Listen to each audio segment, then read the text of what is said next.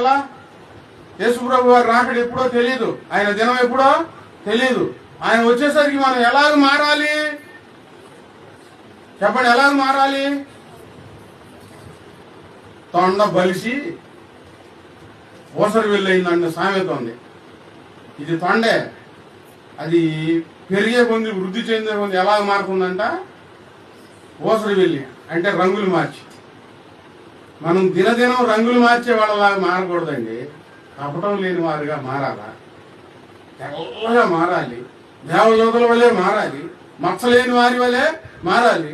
ఏమైనా వాక్యంలో డాగులు మచ్చలు కనబడితే వాటిని మనం శుభ్రం చేసుకోవాలి, తీసి పారేయాలి. వద్దని, నేను చేసేది మంచిదేలే, నేనేం తప్పు చేయట్లేదులే అని నీకు నువ్వు అనుకుంటూ అలా ఉండిపోతే రేపు దేవుని ఎదుట దోషాలు కనబడితే పక్కన ఒక్కళ్ళు ఉండరు. ఆ క్రీస్తు దినం